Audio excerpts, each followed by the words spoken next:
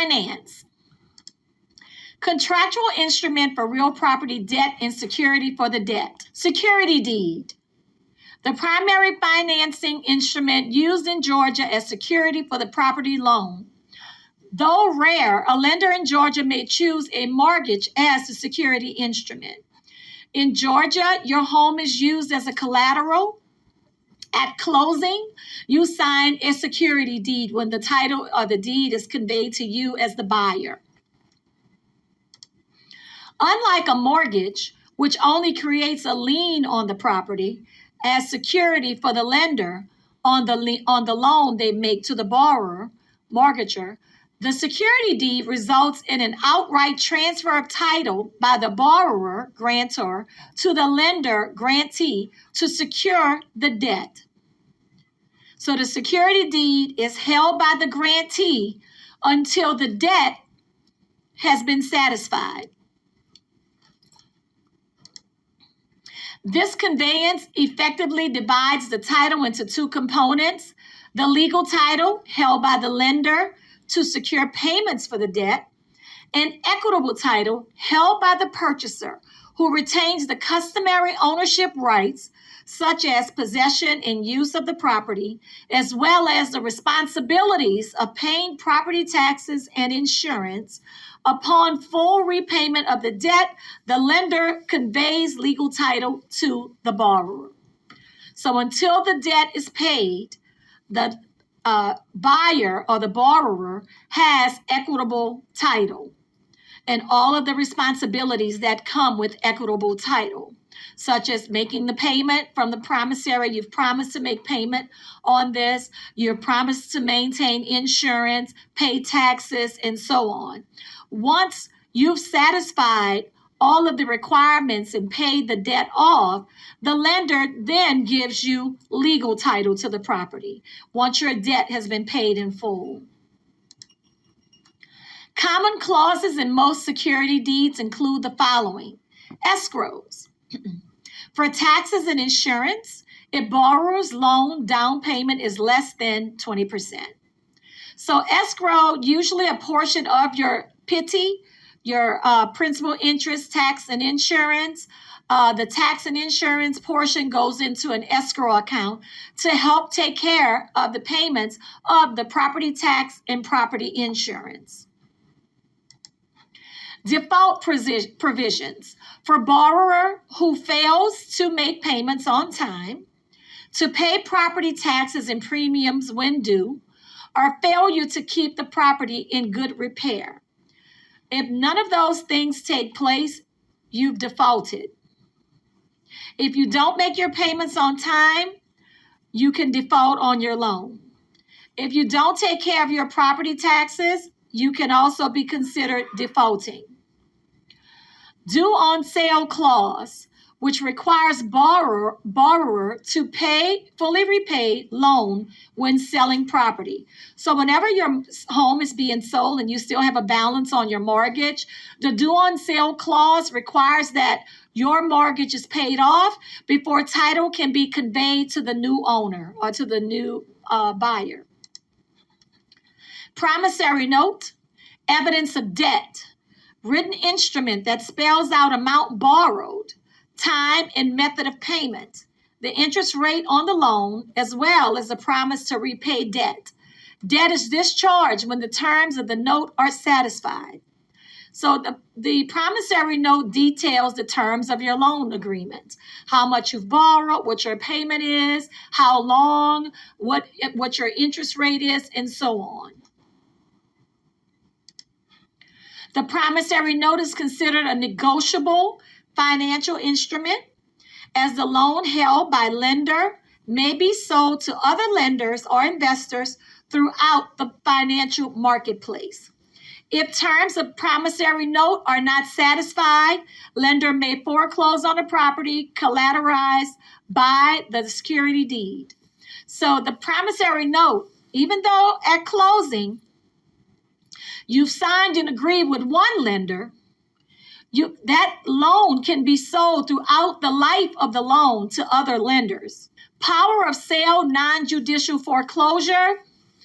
In its power of sale clause, of the borrower's default on their loan obligations, the security deed in Georgia affords the lender the right to bypass the judicial foreclosure process typically required when a mortgage functions as the security instrument. So in Georgia, the lender does not need to go to court to take possession of your property. They do not need to get the judge's stamp of approval to foreclose on the loan. In this non-judicial process, the lender sends a notice of default to the borrower, indicating the amount that must be paid to make the debt current, as well as the legal action that will be taken if the required payments is not made.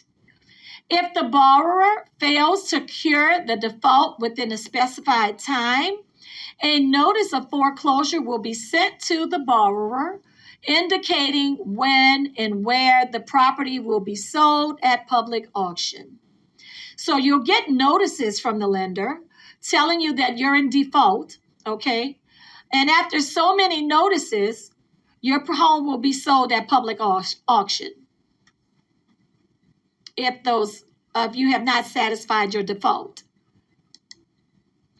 Notice of the foreclosure auction is recorded in the county public records and generally provided by newspaper advertisements stating the total amount due and the date of the public sale. Typically in Georgia, the auction sale takes place on the first Tuesday of each month. So if you're looking to buy foreclosed property, the first Tuesday of each month on the county stairs is where it normally takes place. Amortized loan, most common type of loan acquired for residential property in Georgia. In the repayment plan for the loan, the borrower makes the same dollar payment each month for the term of the loan. Amortized loans are the most common forms of loans when people are purchasing property. For each payment, both principal and interest is included with the lender crediting the interest portion first and then the principal portion. At the end of the loan term, the full amount of the principal and all of the interest owed is reduced to zero. Most often, the fully amortized loan carries a fixed interest rate in a loan term of 30 years. Again, this type of loan is the most commonly used loan type. Straight term loan, which is interest only repayment plan. You have a fixed rate of interest requiring monthly payments of just the interest portion due on the loan. At the end of the loan term, typically a maximum of 10 years, the entire principal portion of the loan will come due from the borrower, often referred to as a balloon payment. So if you've purchased a $300,000 house and for 10 years, you've only paid the interest and now the principal is remaining, at the end of that term, you are required to have a balloon payment of the balance of the principal. Adjustable rate mortgage, also known as ARM.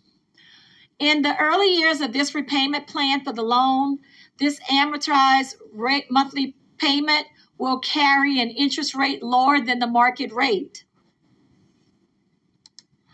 At a defined period of time from the start of the loan repayment, the interest rate will fluctuate up or down based on the movement of the specified economic indicator.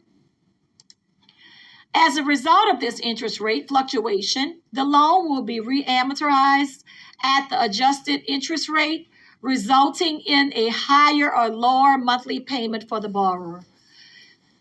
Yes, this is also a rate that is a type of loan that is commonly used. If you don't mind, if your buyer does not mind their mortgage payments fluctuating, usually it happens every few months. The market indicates the fluctuation in rate, which means that's when your payment will fluctuate. This is a conversation for your buyers and their lenders to see which loan type works best for them. Loan assumption. When purchasing a residential property, existing financial circumstances for either or both the buyer and seller may necessitate that the homeowner's existing loan be included in the property's selling price.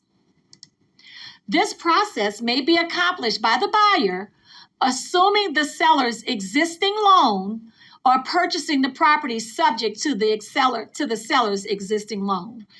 By assuming the seller's existing loan, the buyer takes over the monthly payment responsibility to the lender and becomes personally liable and legally obligated for the debt. Additionally, defaulting on that debt responsibility, the new owner will be responsible for any monetary deficiency judgment awarded the lender if the proceeds of the foreclosure auction sale do not satisfy the entire debt. So when you assume a loan, an existing loan from the seller, the buyer is therefore responsible for any defaulting and all payments on the loan. If the buyer takes ownership, if the property subject to the seller's existing loan, the buyer will continue the monthly payments to lender, but the purchaser's personal liability will only be to owner reseller who retains full liability for the loan to the lender. However, if new owner defaults on these loan terms, they still may be liable for any deficiency judgment. So the new owner cannot default on the loan, otherwise they will be liable for any deficiencies in payment. Purchase money mortgage. Sales transactions in which owner-seller provides financing for the purchaser. As with loan made by private lenders, the purchaser will repay the debt by making monthly payments to the seller. And this is starting to be a bit common in for sale by owner properties, where the seller will finance the buyer to purchase their property. You're seeing this more and more in those for sale by owner. The PMM transaction typically involves a cash down payment to the seller, who then provides financing for part of or the entire remaining purchase price. So the seller doesn't have to give you the full amount. They can agree to give you a certain amount. Sometimes it's to allow you to get more financially stable or to improve your credit. They will loan you a certain amount until you have the ability to get a loan on your own to cover the remaining purchase price. Licensees use a form of an appraiser sales comparison technique to form an opinion of value about the listing price and the estimated sales price of a client's property. Often referred to as a CMA or competitive market analysis, license law in Georgia prohibits licensees from referring to the CMA as an appraisal. A CMA is not an appraisal. An appraisal is the expert.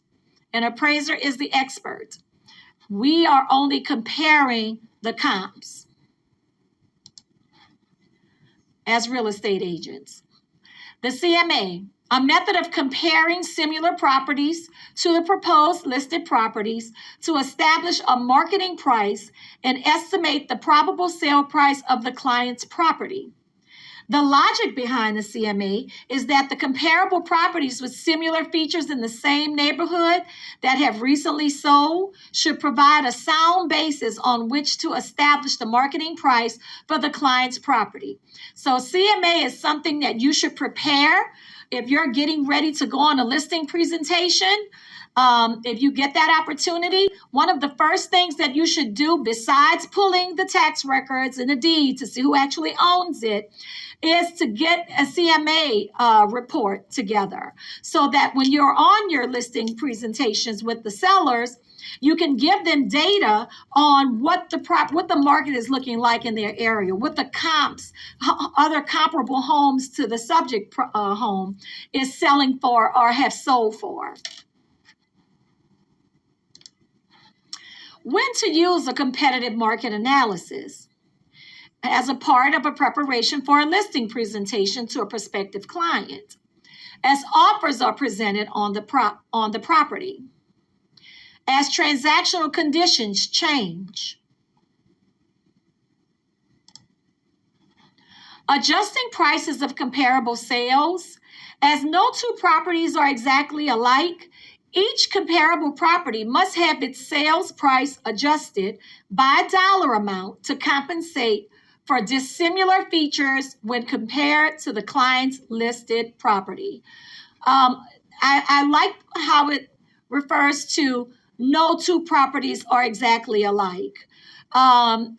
And you have to make those necessary adjustments. What if the house is your subject property is 2,700 square feet, but the comps that you pulled in the area are anywhere from 23 to 2,500 square feet? You have to make that adjustment. What if the subject house has a two-car garage and the comps in the area has one-car garages? So you have to make the necessary adjustments on the CMA.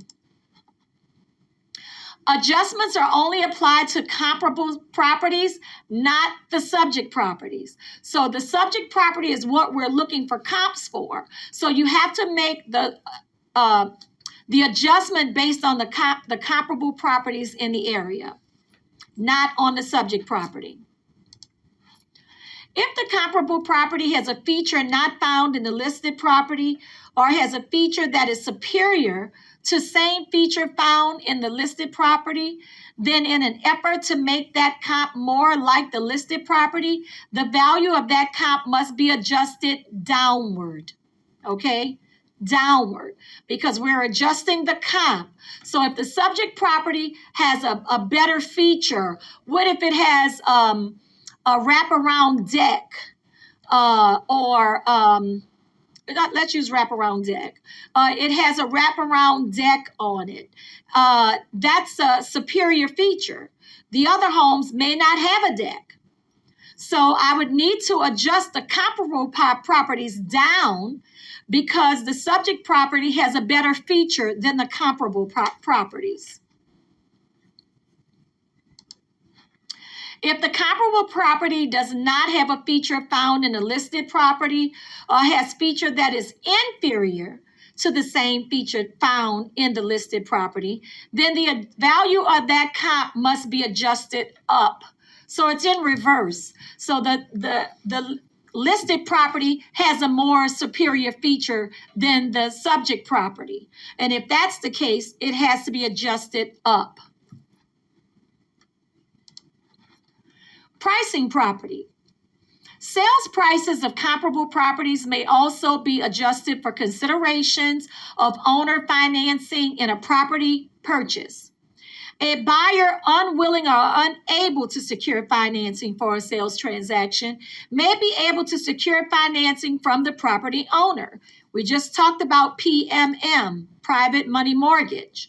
In exchange for this loan from the owner, the purchaser may be willing to pay a higher price for the property. And that's usually what happens. If me, the seller, has to loan you the money to purchase the property, we need to up the price. If a CMA uses that property as a comp to make that property more in line with the lower price the same home might bring for buyer with normal private financing, the licensee would adjust the sales price of that comparable property down. Due to adverse conditions affecting its sale, foreclosures are preferably not used as comparable properties in a CMA. If there's a foreclosure, whatever mileage you're going to use, usually it's 1 mile if you can find comps. Sometimes you have to go out a little more than a mile, 2 to 3 miles. Sometimes you have to go out a little further to try and find as many comps as you can. But if something shows up that it's a foreclosure, then you cannot use that as a comparable.